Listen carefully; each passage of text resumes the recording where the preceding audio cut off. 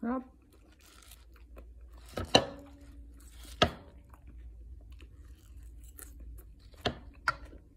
I'm gonna make a simple mixed green salad. So I'm gonna put the kale first. This is my leftover coffee. It's already 2 o'clock in the afternoon, so I haven't had my lunch.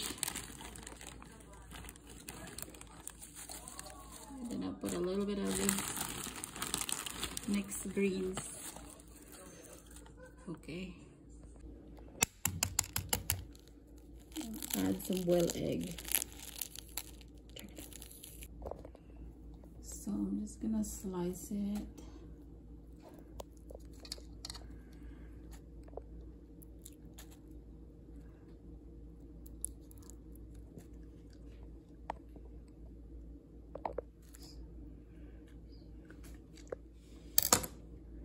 Then we're gonna add some avocado in my salad. Just quick rough chops.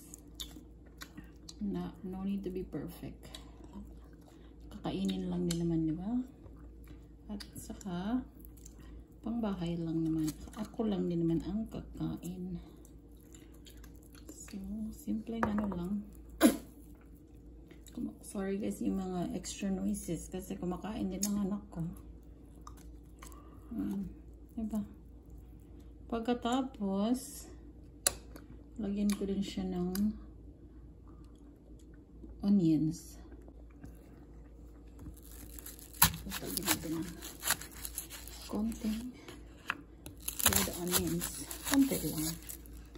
Natin ubusin ng isang onions, diba? Ang ano lang sa salad din. Red onions. Masarap ang red onions.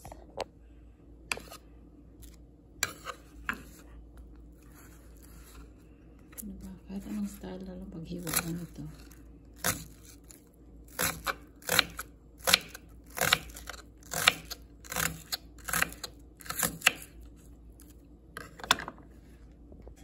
Tapos yan.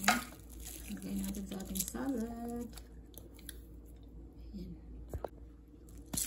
Now guys, lagyan natin ng Himalayan salt. Healthy daw ito. Ewan ko lang.